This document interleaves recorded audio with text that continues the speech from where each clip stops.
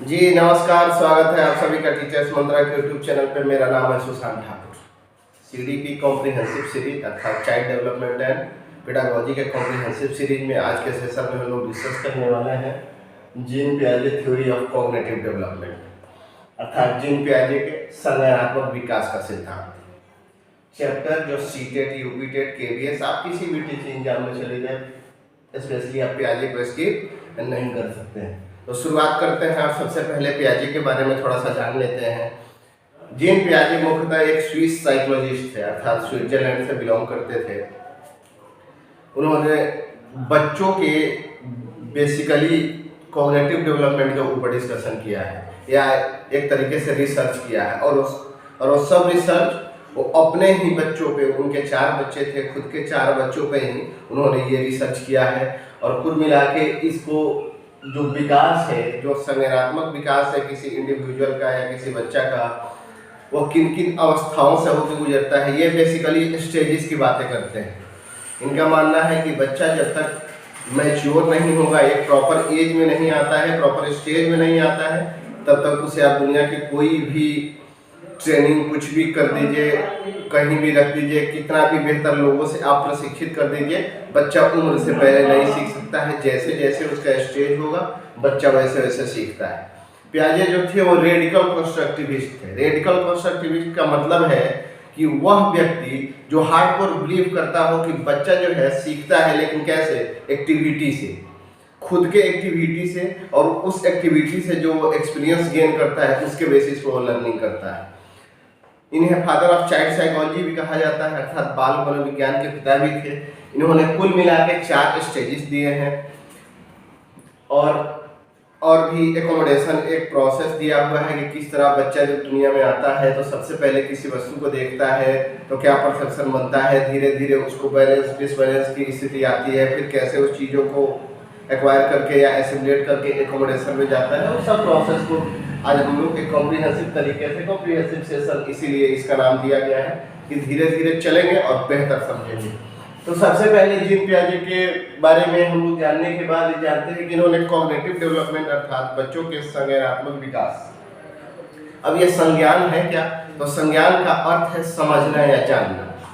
आपकी all mental activity जो है, चाहे उसमें रीजनिंग हो, थिंकिंग हो, प्रॉब्लम सॉल्विंग हो, मेमोरी हो, ये सब आपके संज्ञान कॉग्निशन के अंतर्गत आता है। इसी संज्ञान के विकास के लिए इन्होंने अलग अलग स्टेज में अलग अलग विशेषताओं का जिक्र किया है और 4 मुख्य टर्म, 4 मुख्य पद इन्होंने या 4 मुख्य चीजें बताई हैं जिनके माध्यम से बच्चे का संज्ञानात्मक विकास बेहतर होता है। वो 4 चीजें हैं। पहला है मैच्योरेशन, दूसरा है एक्सपीरियंस, तीसरा है सोशल इंटरेक्शन और चौथा है इक्विलिब्रेशन अर्थात संतुलन की स्थिति।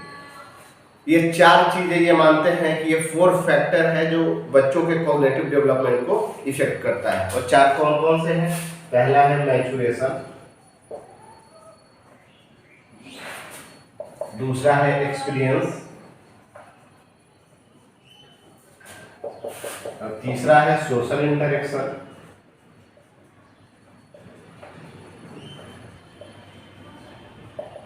और चौथा है इक्विलिब्रेशन।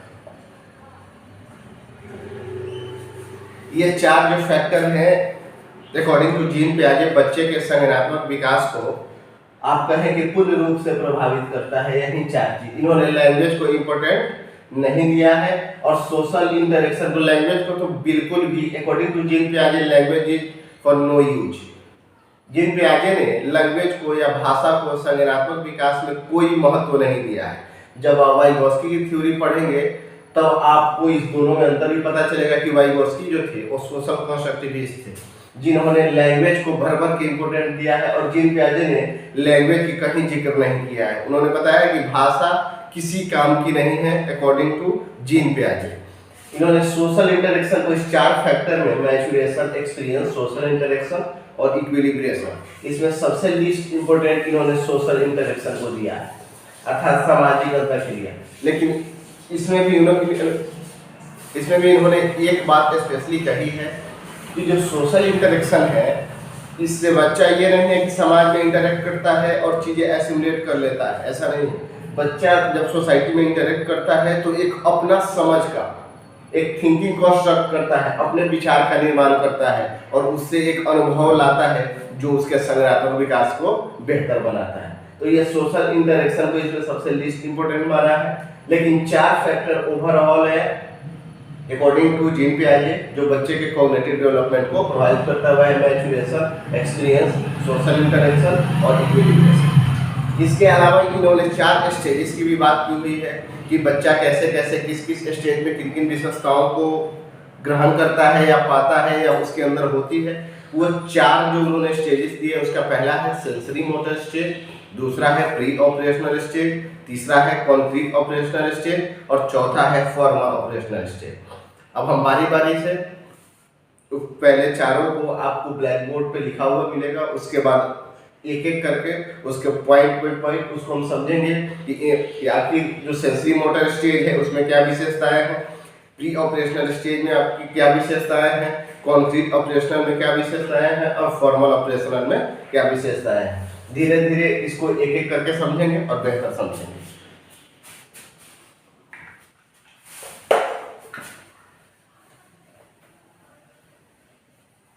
इसको स्टेज थ्योरी भी कहा जाता है। पियाजे का कॉग्निटिव डेवलपमेंट थ्योरी को स्टेज थ्योरी भी कहा जाता है। ये 4 जो स्टेजेस इन्होंने दिया हुआ है, जिसका पहला है sensory motor stage. Sensory motor stage जिसकी उम्र है 0 से 2 वर्ष। ये 0 से 2 वर्ष, 0 का कहने का मतलब है कि जब तक 365 दिन पूरे नहीं हो जाते, इन टर्म्स ऑफ ईयर जब हम बात करते हैं तो 1 साल प्रॉपर 365 दिन पूरा होने पे ही काउंट होता है। इसीलिए जब तक 1 साल पूरा नहीं होता, हम इन टर्म्स ऑफ ईयर अगर बात करेंगे तो 0 बात करेंगे। तो सेंसरी मोटर स्टेज जो है वो 0 से 2 वर्ष है। इसकी मुख्य जो विशेषताएं है, सबसे पहला है सेंसर टीचर।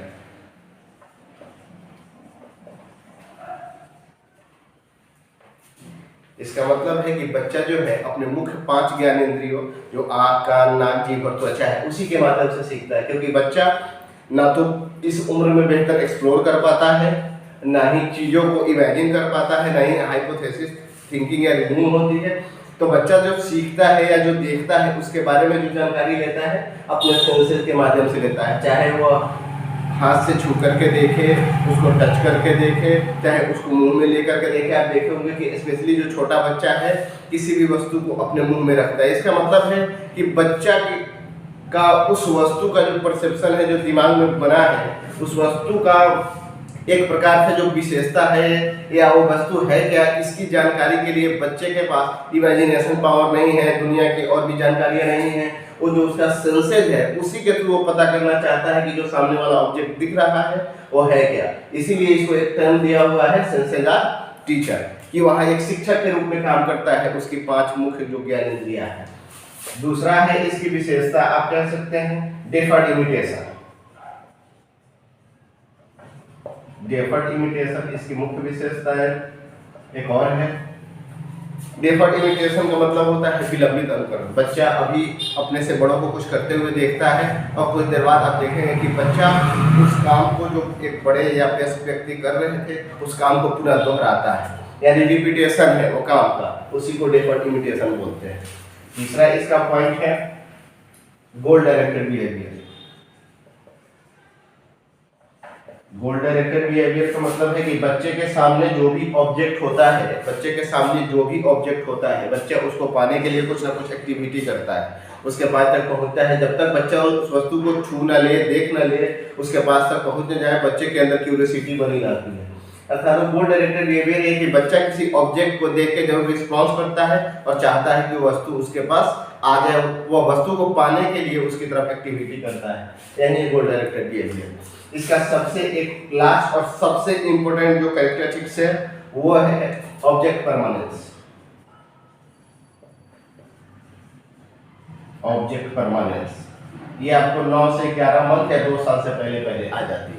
ऑब्जेक्ट परमानेंस का मतलब है कि अब ये एग्जिस्ट करता है, कोई जो ऑब्जेक्ट है इसके ब्रेन में एग्जिस्ट करता है। अभी इससे पहले उम्र के बच्चे जो 9 से 11 महीने से पहले हैं या उससे कम के जो बच्चे हैं उनके सामने अगर कोई ऑब्जेक्ट, कोई टॉय, कोई खिलौना अगर पड़ा है, आप उस खिलौने को अगर हटा देते हैं तो बच्चा उसका परसेप्शन गेन अपने दिमाग में या ब्रेन में नहीं कर पाता है, बच्चा उसके लिए नहीं रोएगा, या उस खिलौने की परसेप्शन उसके ब्रेन में एक तरह से बनी नहीं रहती है। लेकिन जैसे ही बच्चा 9 से 11 महीने के आसपास होता है, बच्चे के दिमाग में अब प्रॉपर जो ऑब्जेक्ट है उसका एक परसेप्शन बनने लगता है, और अब जब बच्चे के सामने जो ऑब्जेक्ट था उसको जैसे ही आप हटाएंगे, बच्चा उस वस्तु के लिए रोने लगता है या उस वस्तु की मांग करता है। दैट मीन्स कि उसमें ऑब्जेक्ट परमानेंस आ गया है। अब जो ऑब्जेक्ट है उसके ब्रेन में एग्जिस्ट करता है, अब वो समझता है कि कुछ तो था मेरे पास जो अब नहीं है, उसी को ऑब्जेक्ट परमानेंस बोलते हैं।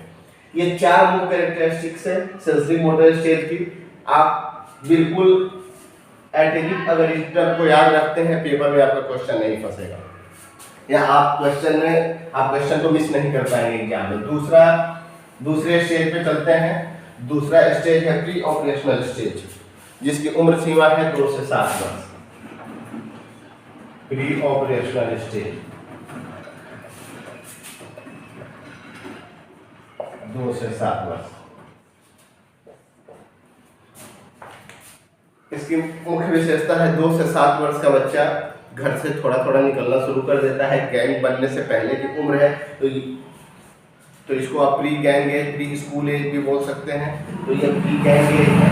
सबसे पहले तो ये प्री गैंग एज है, अभी गैंग प्रॉपर बनी नहीं है। दूसरा इसका है प्री स्कूल एज है। तीसरा इरिवर्सिबल ऑफ थॉट या इरिवर्सिबिलिटी ऑफ थॉट। विचार जो है बच्चा इस उम्र में नहीं समझ पाता है कि जो बर्फ है वो पानी बन सकती है और पानी बर्फ बन सकता है। ये 3 और 6 जोड़ेंगे तो 9 हो जाएगा, फिर 6 और 3 को जोड़ेंगे तो 9 हो जाएगा। बच्चा ये नहीं समझ पाता है, यानी इरिवर्सिबिलिटी ऑफ थॉट। बच्चा जो है एबल नहीं हुआ है किसी चीज को रिवर्स करके देख पाने में। Irreversibility of thought.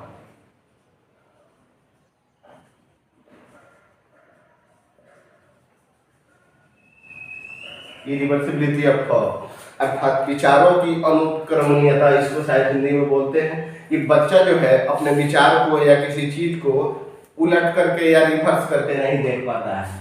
इसमें प्री ऑपरेशनल स्टेज में ये कुछ मुख्य विशेषताएं हैं प्री ऑपरेशनल स्टेज की। अब चलते हैं नेक्स्ट स्टेज पर, concrete operational stage.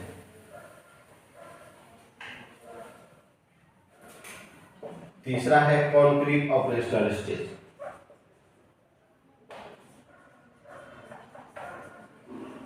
Concrete operational stage, इसकी उम्र है 7 to 11 ईयर्स, यानी 7 से 11 वर्ष। प्री के बाद कॉन्क्रीट ऑपरेशनल स्टेज 7 से 11 वर्ष। इसकी पहला और सबसे मुख्य जो विशेषता है, अब जो इरिवर्सिबिलिटी जो थॉट था वो अब आ गया है। अब बच्चा ये समझ सकता है कि बर्फ जो है वो पानी बन सकता है और पानी जो है वो बर्फ बन सकता है, यानी अब उसमें रिवर्सिबिलिटी ऑफ थॉट। ये जो आप देख रहे हैं ये CCS, ये चौधरी चरण सिंह यूनिवर्सिटी नहीं है, बल्कि ये 3 कैरेक्टरिस्टिक्स हैं कॉन्क्रीट ऑपरेशनल स्टेज की।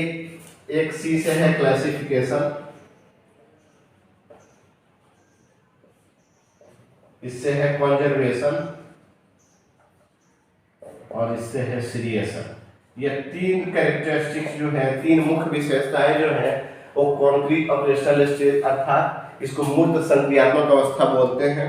मूर्त संक्रियात्मक अवस्था की ये 3 मुख्य विशेषताएं हैं, क्लासिफिकेशन, कंजर्वेशन और सीरियसन। यानी बच्चा जो है अब क्लासिफाई कर पाता है। अगर आप मैग्नेटिक यहाँ कुछ चुंबकीय पदार्थ और कुछ नॉन मैग्नेटिक अचुंबकीय पदार्थ को रखते हैं, आप दोनों को आप अलग अलग श्रेणी में कैटेगरी में अगर बांटना चाहे तो बच्चा बांट देता है कि कौन कौन मैग्नेटिक है और कौन कौन नॉन मैग्नेटिक है। इसका मतलब है कि बच्चे में अब क्लासिफिकेशन आ गया है, कंजर्वेशन आ गया है। बच्चा ये समझने लगता है कि अगर 1 लीटर दूध है, उस दूध को आप बड़े बर्तन में रखें या छोटे बर्तन में रखें, उससे कोई उसके क्वांटिटी में कोई फर्क नहीं पड़ता। यानी शेप एंड साइज के चेंज होने से उसके क्वांटिटी पे कोई इफेक्ट नहीं पड़ता है। जो बच्चा प्री ऑपरेशनल स्टेज में इस बात को नहीं समझ पा रहा था, जैसे ही वो कॉन्क्रीट ऑपरेशनल स्टेज में आया, अब वो कंजर्वेशन यानी संरक्षण सीख गया है।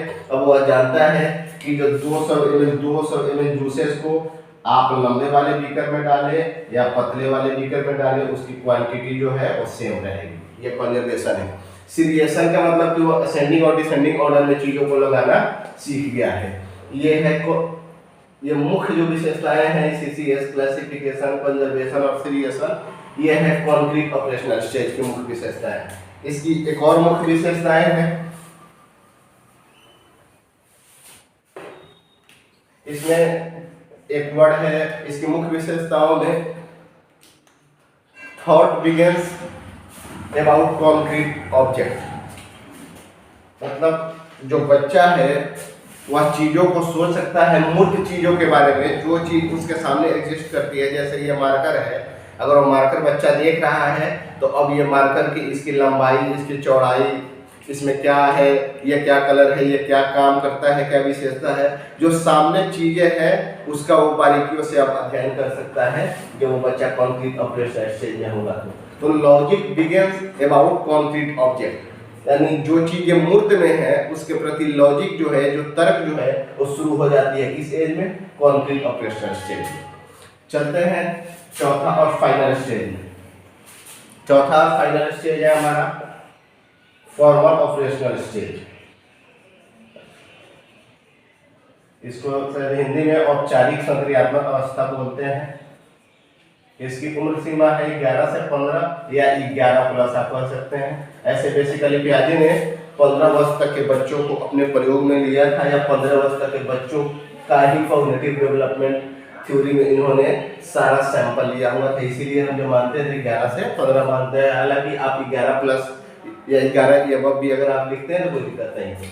फॉर्मल ऑपरेशनल स्टेज की सबसे बड़ी विशेषता है, इसमें एक चीज आ जाती है जिसको बोलते हैं हाइपोथेटिको डिडक्टिव रीजनिंग, यानी उच्च स्तर की निगमनात्मक जो सोच है वो इस स्तर पे फॉर्मल ऑपरेशनल स्टेज यानी औपचारिक संक्रियात्मक अवस्था 11 से 15 में जब जैसे ही बच्चा प्रोग्रेस करता है, वह जो है इस फॉर्मल ऑपरेशनल स्टेज में ये समझने लगता है। अब बच्चे के सामने अगर ये क्वेश्चन आ जाए कि अच्छा भारत की आर्थिक स्थिति को मजबूत करने के लिए क्या क्या किया जा सकता है, ये एक हाइपोथेटिकल क्वेश्चन है। इस पे अब बच्चा जो है वो लॉजिक लगा सकता है, सोच सकता है, हाइपोथेसिस कर सकता है। इसीलिए अब जो है बच्चा ऑल एक्टिविटी में शामिल हो सकता है इस उम्र में, अकॉर्डिंग टू जीन पियाजे। इसका सबसे बड़ा जो विशेषता है वह है hypothetico deductive reasoning. Hypothetico deductive reasoning, hypothetico deductive reasoning यानी बच्चा जो है अब अमूर्त चीजों के बारे में, जो उसके सामने नहीं है, जो आइडियाज में है, या जैसे आप क्वेश्चन पोज करते हैं कि आप बताइए कि अभी जो रशिया यूक्रेन जो युद्ध चल रहा है, उस युद्ध के शांति वार्ता के लिए अन्य देशों को क्या उपाय करने चाहिए। तो ये जो क्वेश्चन है ये तो सामने नहीं है, हाइपोथेटिको वाली बात है। मतलब आप उस पर इमेजिन कर सकते हैं, कल्पना कर सकते हैं, अपना कहीं ना कहीं एक रीजनिंग लगा सकते हैं। तो बच्चा अब इस लेवल हो गया है कि जो वस्तु उसके सामने नहीं भी है, जो कहानी उसके सामने नहीं भी है, उसके बारे में भी वो बेहतर सोच सकता है और बेहतर रीजन कर सकता है। ये कब आती है हाइपोथेटिको डिडक्टिव रीजनिंग? तो चौथे स्टेज, जीन पियाजे के चौथे स्टेज, फॉर्मल ऑपरेशनल स्टेज। ये आपको 4 स्टेजेस की बात हुई, धीरे धीरे हम लोग चले हैं, जहां तक मुझे लगा है बेहतर डिस्कशन हुआ है इन 4 स्टेज का। इतना अगर विशेषता आप याद रखते हैं तो आप यकीन मानिए सीटेट में आपका क्वेश्चन छूटेगा नहीं, स्पेशली जीन पियाजे से जहां तक स्टेजेस की बात है। एक और चीज की इन्होंने बात की है सबसे महत्वपूर्ण, एक प्रोसेस ऑफ एकोमोडेशन इन्होंने या एसिमिलेशन दिया हुआ है। प्रोसेस ऑफ एकोमोडेशन ये क्या है? एक समायोजन की प्रक्रिया का इन्होंने पूरा चार्ट दिया हुआ है कि बच्चा, जैसे एक बच्चा है जब वो जन्म लेता है तो वह अपने आसपास के ऑब्जेक्ट से, लोगों से, वस्तुओं से, जो भी चीजें उसके सामने दिख रही है वो सब उसके लिए नहीं है। तो बच्चा जो है जैसे जैसे किसी चीज को देखता है उसके अंदर डिसबैलेंस यानी असंतुलन की स्थिति उत्पन्न होती है।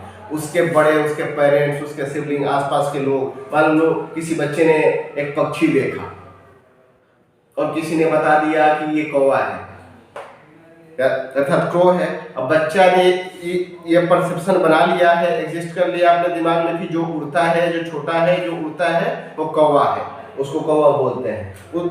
उसने कल होके किसी और पक्षी को देखा, मान लो उसने गौरैया को ही देख लिया, उसको लग गया कि अब ये क्या है।